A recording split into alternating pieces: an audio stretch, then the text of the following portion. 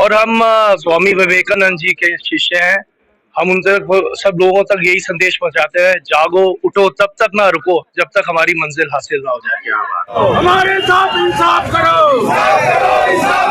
हमारी मांग पूरी करो, हमारी कॉलोनी पास करो। देखिए, अब ये सब कॉलोनियों में जाके हवन होगा, शांतिपूर्वक हर जगह ये हवन चलता रहेगा जब तक हमारी सुनवाई नहीं होगी। अनिल मेहता जी जो है काफी इनिशिएटिव लेते हैं, आपने देखा है, और कैंडल मार्च का आइडिया अनिल जी का ही था। अब यज्ञ हवन कार्यक्रम, यज्ञ हवन की जो मुहिम है, फिर से अनिल जी जुड़ चुके हैं और लगातार हर जगह पहुंचते हुए दिख रहे हैं। अनिल जी, क्या कुछ कहेंगे, किस तरीके से ये मुहिम आगे जाएगी, समस्या का समाधान कैसे होगा? ऐसे जी, यज्ञ का एक बहुत बड़ा संदेश हमारे यशस्वी प्रधानमंत्री जी तक पहुंचेगा कि हम शांति प्रिय लोग हैं। हम शांति से ही उनके साथ संदेश पहुंचाना चाहते हैं कि हमारी कॉलोनियों को नियमित किया जाए। नमस्कार, आप बहुत बहुत सभी का मैं स्वागत करूंगा और आज एक एक्सक्लूसिव रिपोर्ट के साथ हम आपको अवगत करेंगे, जानकारी भी देंगे। और हमारे साथ एक जानकार व्यक्तित्व मौजूद है, नाम है अनिल मेहता।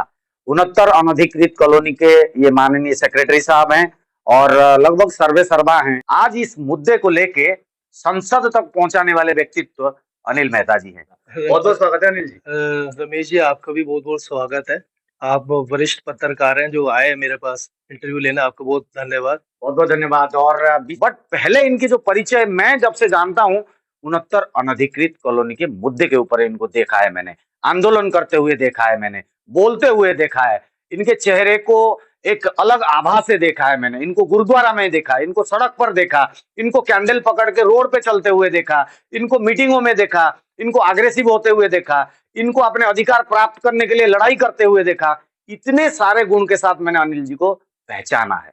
अनिल जी, इतने संघर्ष आप कर रहे थे, क्यों कर रहे थे? ये कब से ये मुद्दे के पीछे आप लगे हुए हैं? 69 अनधिकृत कॉलोनी के मुद्दे के संदर्भ में थोड़ा सा जानकारी पहले होना चाहिए। देखिए रमेश जी, देखिए ये मूवमेंट हमारी स्टार्ट हुई 2019 में, जब पीएम उदय योजना के अंतर्गत जब हमारी कॉलोनियों को छोड़ दिया गया।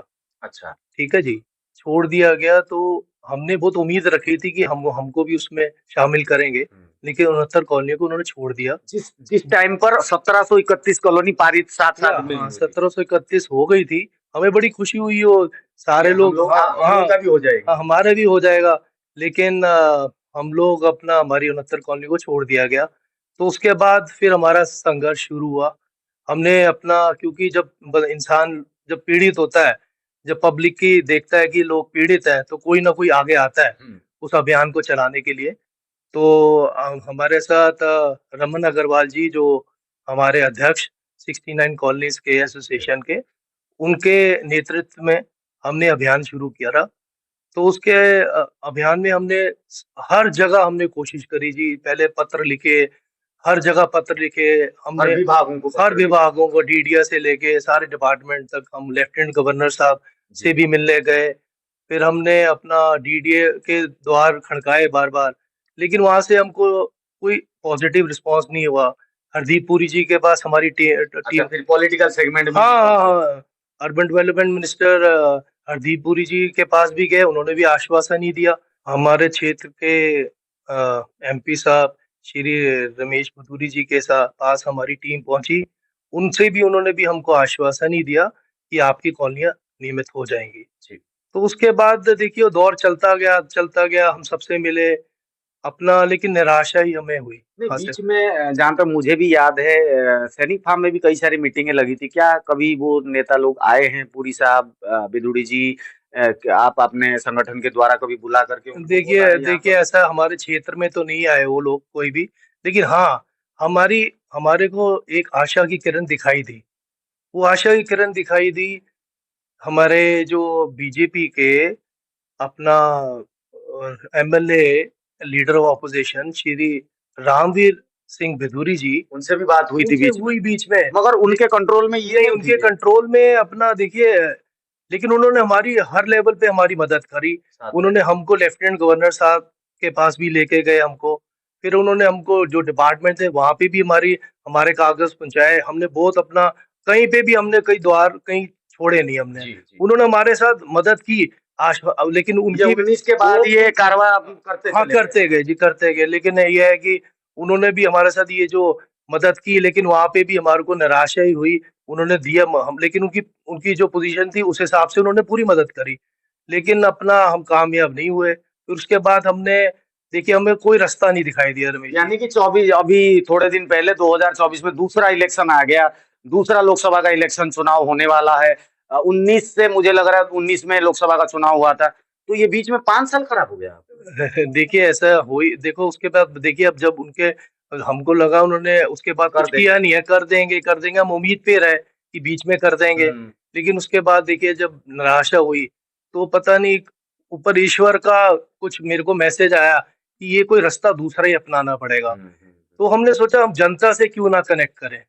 तब उस टाइम जो मेरे दिमाग में ये जो ईस्टर का दिया हुआ आइडिया आया कि आप अपना शांतिपूर्वक अपने यशस्वी प्रधानमंत्री जी से हम अपना एक पीसफुल कैंडल मार्च के द्वारा उनके तक मैसेज पहुंचाएं, तो कुछ ना कुछ हमको आशा की किरण दिखाई देगी। जी, जी। तो हमको आशा की किरण प्रधानमंत्री मोदी जी रह गए थे। देखिए सब दरबार पे गए हम, लेकिन निराशा ही हासिल हुई। उसके बाद जो हमने अपना उनके कैंडल मार्च का अभियान शुरू किया, अपनी जो 69 कॉलोनीज थी अलग अलग जगह पे हमने शुरू किया, उन्होंने कैंडल मार्च का करा इधर से। कहाँ-कहाँ करा, देखिए कितने? हमने स्टार्ट करा, हमने वेस्टर्न एवेन्यू से फर्स्ट हमारा इनिशिएटिव स्टार्ट हुआ कैंडल मार्च का, जो कि हमने एकदम शांतिपूर्वक किया। ठीक है। हमारे उसमें यही था, प्रधानमंत्री मोदी जी से कोई कॉलोनी को पारित करने विनती थी कि हमारी कॉलोनियों को रेगुलराइज करा जाए, फिर आगे कि कैसे? कोई नहीं सुन रहा, हमारी सुनवाई कहीं नहीं हो रही। वो करते करते जी हमारा जब देखा कि अलग अलग कॉलोनी फिर बसंत कुंज इनक्लेव में भी बहुत बड़ा अभियान हुआ, जहाँ 700-800 लोगों के साथ हमने कैंडल मार्च की। वो बढ़ते बढ़ते देखिए तब भी हम छतरपुर सोचा में भी। कोई आएगा नेता, उतरेगा, हमको आश्वासन देगा, लेकिन कोई नहीं आया उस टाइम भी। फिर हमने फाइनली हमने सोचा कि एक बहुत बड़ा अभियान करने जाए हम। फिर हमने उसको अभियान को छतरपुर में किया जी। जी। छतरपुर में हमने अभियान किया, वो अपना 100 फुटा रोड तक हम पहुंच, हमारा अभियान उस रोड पे नहीं, चलते। उस दिन मैं ये कवरेज के बारे में अनिल जी बता रहे हैं। अनिल जी के विजुअल में आप देखिए, अनिल जी को आप हर बैनर के आगे देखेंगे जिस तरीके से अग्रेसिव नेचर में, और जो मलाल था दिल का कि भाई हमारे अधिकार को प्राप्त करने के लिए, उस कैंडल मार्च को मैंने कवर किया था। जानकारी के लिए बताते हैं, छतरपुर में जब ये कैंडल मार्च हुआ करता था, आया नगर तक और पीछे चंदन होला से लेके और भी पीछे, यानी कि 100 फुटा अग्रवाल धर्मशाला, ये जो 100 फुटा रोड है, इस रोड में कम से कम 3 से 4 हजार लोग जुटे थे। ना जाने कितने होंगे, क्योंकि मैं कवरेज के लिए आगे था। बाद में खबर पहुंची कि भाई 10 किलोमीटर पीछे ये लंबा जाम भी हो गया था। मैं करीबन 12 किलोमीटर का जाम हो गया था। एक्चुअली हमको भी उम्मीद नहीं थी। कितने लोग जुट हम जाएंगे। तो शांतिपूर्वक अपना कैंडल्स लेके निकले थे, लेकिन बहुत लोग हमसे जुड़ गए। देखिए मैं समझता हूँ ये जनता की ताकत है। जब तक जनता नहीं कनेक्ट होगी तब तक सुनवाई नहीं होगी। तो उन्होंने भी सोचा कि ये लोग इतनी मेहनत कर रहे हैं, इनके साथ जुड़ जाएं। तो हमारे साथ सारी जनता जुड़ी, और वो अभियान बहुत बड़ा हो गया। अभियान अपना वो हमको लगा वो मीडिया में आया, सब टीवी में आया, अखबारों में छपा, तो हम तो बात बोलते पहुंच ही गई लगभग। हुआ नहीं, कॉलोनी पारित तो नहीं हुई, मगर इनका उद्देश्य था कि भाई कैंडल मार्च करके मोदी जी तक वो संदेश को पहुंचाया जाए। शांतिपूर्ण तरीके से कई हजार लोग छतरपुर रोड पर चल करके मैसेज पहुंचाए। नेशनल टीवी से लेके ए टू जेड लगभग फ्लो हो ही गया था। हाँ जी, ऑलमोस्ट नेशनल टीवी में आ गया था सब। देखिए उस दौरान में फिर हमारे श्री रामवीर सिंह भदौरी जी से फिर मेरी मुलाकात हुई। उन्होंने बोला, मैं हमको फिर आश्वासन दिया, मेहता जी मैं बहुत कोशिश कर रहा हूँ, मैं आपका मैसेज हमारे ऑनरेबल होम मिनिस्टर साहब अमित शाह जी तक भी पहुंचाएंगे आपका मैसेज, क्यों नहीं आपका काम बन रहा। उन्होंने हमारी हर जगह पे मदद करी। देखिए अब देखिए, मदद तो हम तो वो सोचेंगे जो हमारा काम करा देगा। देखिए हम तो हमारे हमारे तो अच्छा, उनके लिए दिल में हमेशा जगह रहेगी जो हमारे को हमारा काम ये कराएगा। तो हम बीच में मैं थोड़ा सा रोकूंगा, क्योंकि रामवीर विदुड़ी जी की काफी आप बात कर रहे हैं। वहीं यहाँ पर आम आदमी पार्टी भी है जो सत्ता पे है। केजरीवाल के संबंध में मैं पूछूंगा आपसे, उनका क्या योगदान रहा, और अभी आईएनडीए से प्रत्याशी भी आ रहे हैं, वो लोग क्या करें? वो लोग कभी बोले भी हैं कि भाई हम भी इसमें हैं, हम लोग आपके कष्ट को देख रहे हैं, निवारण कर देंगे? कभी ऐसा कोई व्यक्तित्व बोला है कि भाई हम भी करेंगे? देखिए मैं आपको ये बताना चाहता हूँ कि देखिए अपना श्री रामवीर सिंह भदौरी जी के क्षेत्र में मैं गया। उधर मैंने देखा जो देखो उनका उधर जो नाम है, मैंने देखा उनकी सड़कें बहुत अच्छी बनी हुई थी, सब कुछ देखा मैंने। उनका न्यूज में आता था चीजें, जो गडकरी साहब के साथ विजन उनका मिलता है, उनको उनको भी मैं कहूंगा कि उनके एरिया के लोगों से मैंने पूछा, कहते जी ये ऐसे विकास पुरुष लोग, इनको एक नाम दिया हुआ है। तो हमको था कि मैंने इसलिए भी उनसे मुलाकात इसलिए की कि वो हमारा कुछ काम हमें हेल्प करेंगे। उन्होंने किया हमारी हेल्प पूरी इसके लिए, जहां तक बताती हर जगह पे गए। नहीं, मैंने यहाँ पे जहां तक सवाल है, आप बात कर रहे हैं केजरीवाल जी की, तो मैं ये कहूंगा, देखिए कोई भी उनका नेता हमको इस चीज के मुद्दे के लिए हमको नहीं पूछने आया। हमने हर जगह नहीं, मगर मगर मैंने एक मीटिंग अटेंड करी थी अभी अपनी ओर से बसंत कुंज में। मैंने उनको अपने तरफ से सही राम पहलवान जी से मैंने बात करी थी, तो उनका भी यही कहना था, यानी कि उनके कान में मैंने डाला अपनी पत्रकारिता के माध्यम से। मैंने उनको यही सवाल पूछा था कि 69 अनधिकृत कॉलोनी के लोग आज मालिकाना हक से वंचित है, सर इनका काम क्या होगा? तो उन्होंने भी वही बोला कि हम वादा करते नहीं, हम गारंटी नहीं देते हैं, केजरीवाल काम करने के बाद बताते हैं, और मैं अगर सदन जाऊंगा तो मैं इस काम को कर करके दूंगा। नहीं, देखिए हम तो कह रहे हैं कि जो भी हमारा काम कराएगा, हम तो खुशी से हम उनका स्वागत करेंगे जी। हम तो देखिए किसी के हम खिलाफ नहीं बोलेंगे। जो सिंगल काम नहीं तो नहीं, नहीं, सिंगल 5 लाख वोटर्स का सवाल है सर। हमारे 5 लाख वोटर्स है, देखिए उनकी उसी तरफ रुक जाएगा जो कि ये काम कराने में पूरा। देखिए सब लोग आश्वासन दे रहे हैं, अपना कमिटमेंट भी दे रहे हैं सब आके हमको कि हाँ जी आपका काम होएगा होएगा। अब देखिए किसकी किसकी किसकी ज्यादा पकड़ है, ये तो वक्त बताएगा जी। बिल्कुल, ये वक्त बताएगा। और 69 अनधिकृत कॉलोनी के ऊपर आपने तमाम सारे रिपोर्टों को देखी होगी, मगर आज अनिल मेहता जी के साथ स्पेशल बात करने का कारण ये है कि दोस्तों चुनाव से ठीक पूर्व हर कैंडिडेट को अपने क्षेत्र में मैनिफेस्टो के तहत बड़े मुद्दों के बारे में जानकारी होनी चाहिए।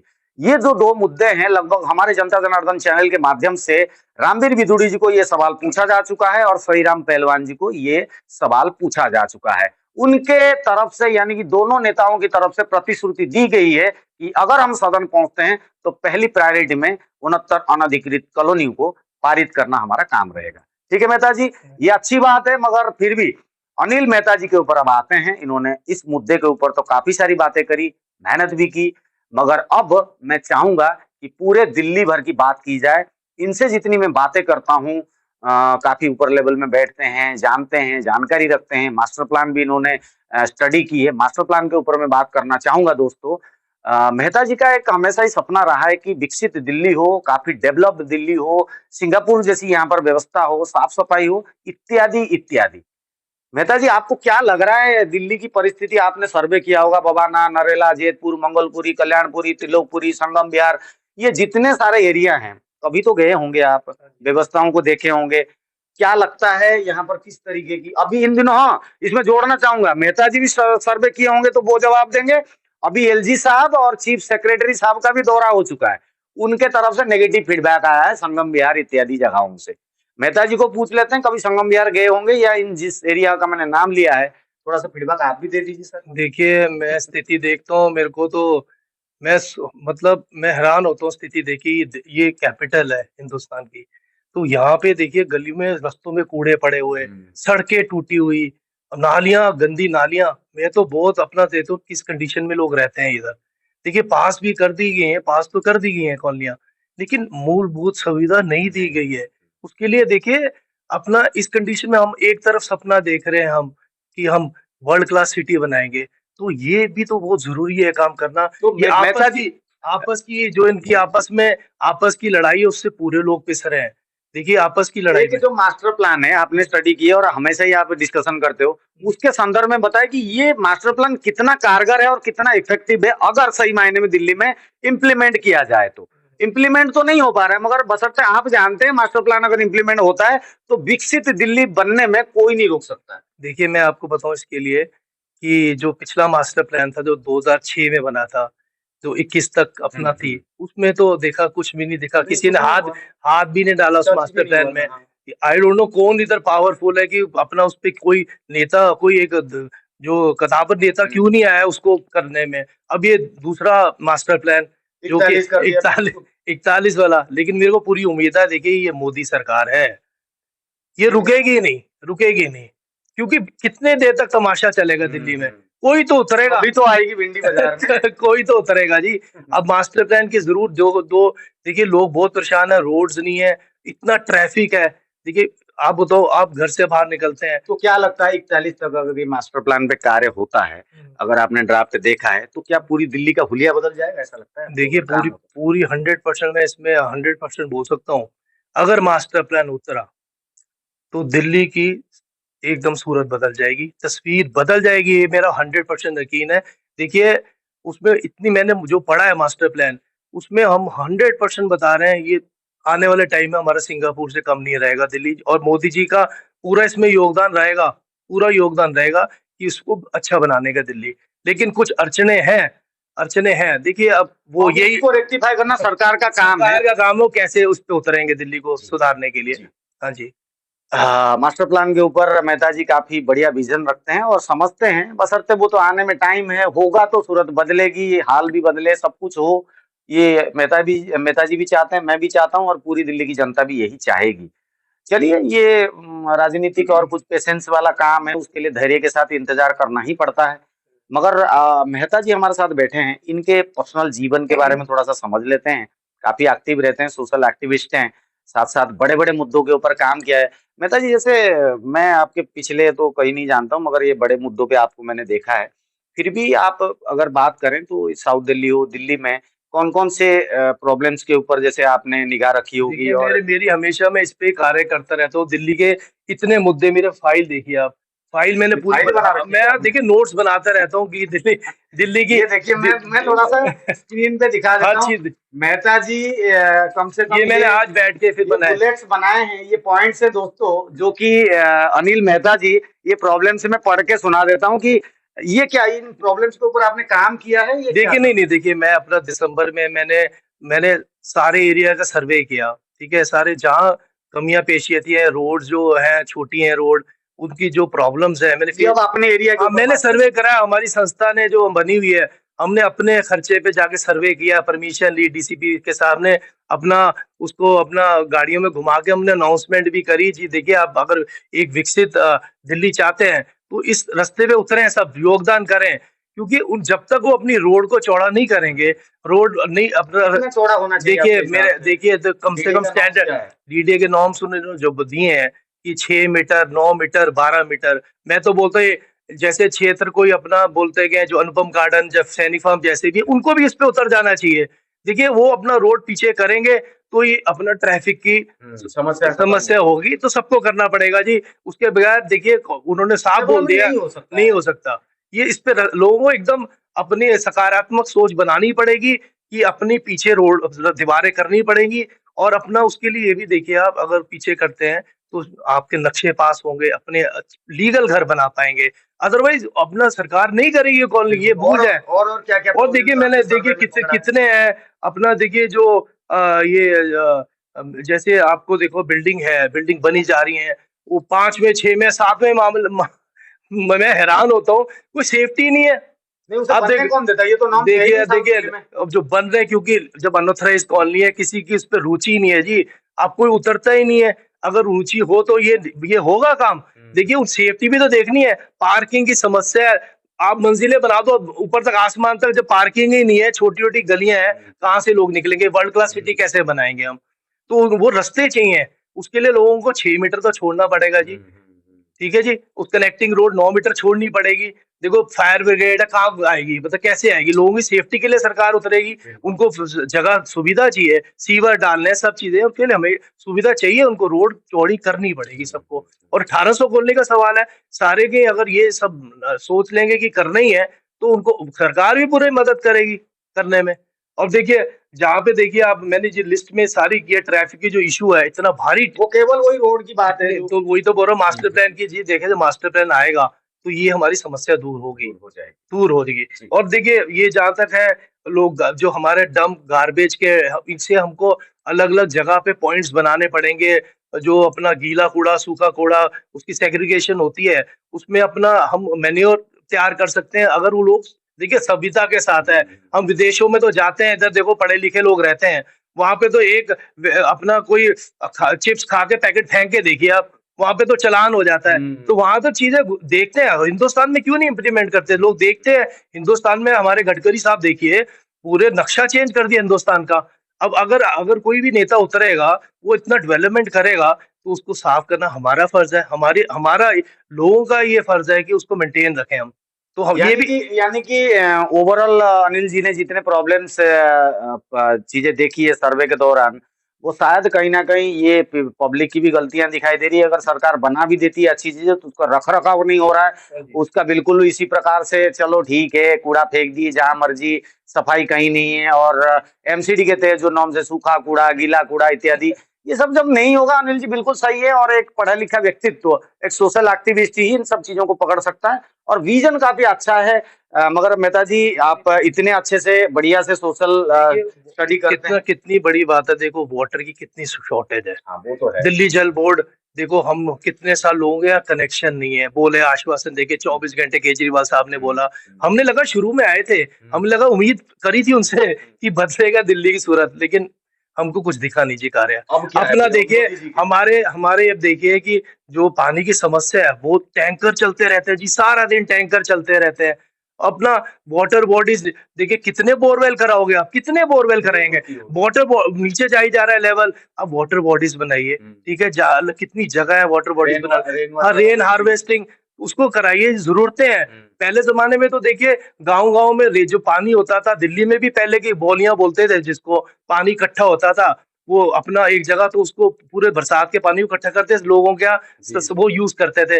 आजकल वो हमारी सब कुछ सिस्टम खत्म हो रहा है डे बाय डे। अगर उसको उसको अपनाए हम, अभी भी पानी की कोई कमी नहीं होगी जी, नहीं होगी कमी। मोदी साहब का देखो कितना बड़ा विजन है, लेकिन प्लीज ऐसा है, देखिए मोदी जी अकेले कुछ नहीं कर सकते, लोगों को आगे आना पड़ेगा, सब लोगों को आगे आना पड़ेगा। अब उतना उन्होंने इतनी अच्छी नींव रख दी है, अब हम लोगों का भी तो आपकी क्या इच्छा है? बहुत जबरदस्त तरीके से सोशल एक्टिविस्ट का काम कर रहे हैं मेहता जी। अब प्रॉब्लम्स जानते हैं, सब चीजें ट्रांसपेरेंट है। बहुत अच्छी बातचीत हुई है और काफी सारी बातें मेहता जी से सुनने के लिए मिली और जानकारी भी प्राप्त हुई। मेहता जी क्या कुछ कहेंगे, क्या ओवरऑल एक विजन चुनाव को लेके, 69 अनधिकृत कॉलोनियों को लेके, दिल्ली विकसित कैसे हो उसके ऊपर एक ओवरऑल अपने दर्शकों से जो भी आप बात कर सकते हैं, रिक्वेस्ट कर सकते हैं नेताओं को, चाहे किसी को भी, आप अपना संदेश, एक आखिरी संदेश एक ओवरऑल दे सकते हैं। देखो मैं ये बोलता हूँ, you know people really want to see Delhi a world class city, तो मैं तो बोल रहा हूँ सबका योगदान चाहिए इसके लिए, सबको आगे आना पड़ेगा। और मेरे को पूरा पूर्ण विश्वास है अपने प्रधानमंत्री जी पर कि वो हमको पूरा हेल्प करेंगे इसमें। अगर हमारे कसम खा ली सब लोगों ने, आज के यंगस्टर ने, कि हम दिल्ली को वर्ल्ड क्लास बनाएंगे, तो मैं बोलता हूँ वो दूर नहीं है दिन कि हम दिल्ली को वर्ल्ड क्लास सिटी देखेंगे। क्या बात है, क्या बात है। तो मेहता जी का और कुछ बोलना चाहेंगे? मैं ये बोलना चाहता हूँ, देखिए मैं स्वामी विवेकानंद जी का बहुत बड़ा फॉलोअर हूँ। मैं तो सबसे यही बोलना चाहता हूँ, आज की यंग जनरेशन के सामने ये मेरा संदेश है कि मतलब सारे लोग जागो, उठो, तब तक ना रुको जब तक लक्ष्य हासिल ना हो जाए। तो मैं ये विवेकानंद जी का मैसेज सब तक पहुंचाना चाहता हूँ, सब इस विजन के साथ आए। तो मेहता जी से बात करके हमें बहुत अच्छा लगा और विवेकानंद जी के जो एक आदर्श को लेके चलते हैं लाइफ में, और कहीं ना कहीं नहीं पूर्ण रूप से वो दिखाई भी दे रहा है। अपने अधिकार के ऊपर हो, चाहे 69 अनधिकृत कॉलोनी जो एरिया में इसको सम्मिलित नहीं किया गया है, लगभग 5-10 लाख लोगों की लीडरशिप इनके क्वालिटी है। और 69 अनधिकृत कॉलोनी की गवर्निंग बॉडी को लेके रमन अग्रवाल जी, अनिल मेहता जी, संतोष जी शर्मा जी, देवेंद्र शर्मा जी, जितने सब लोग हैं जो लीडिंग में इस मुहिम को लेके आगे बढ़ाए हैं, आज की डेट में वो कारवा बहुत लंबा जा चुका है। और एमपी जो कैंडिडेट है उनके सभी के पास बात पहुंच चुकी है, एलजी साहब के पास पहुंच चुकी है, सेक्रेटरी साहब के पास पहुंच चुकी है, मोदी जी तक भी बात लगभग पहुंच चुकी है। जगमेता जी आपने अपना कीमती समय दिया, इसके लिए आपका बहुत बहुत आपको भी बहुत धन्यवाद। आप आए मेरे पास, मेरे विचार लोगों के तक पहुंचाएंगे, आपका मेरे से दिल से। तो आप लोग जुड़े रहिए, मेहता जी को जरूर सपोर्ट कीजिएगा, इनके विचारधारा को सपोर्ट कीजिएगा और विकसित दिल्ली बनाने में जरूर हाथ बटाइएगा। ये मेहता जी का संदेश था और विवेकानंद जी इसी प्रकार से सोच रखते थे, जिस सोच के आधार पर मेहता जी चलते हैं। तो आप लोगों को बहुत बहुत शुभकामनाएं। अगर चैनल में नए हैं तो चैनल को एक बार लाइक कर लीजिए और बेल आइकन को जरूर दबा दीजिएगा। जय हिंद, वंदे मातरम।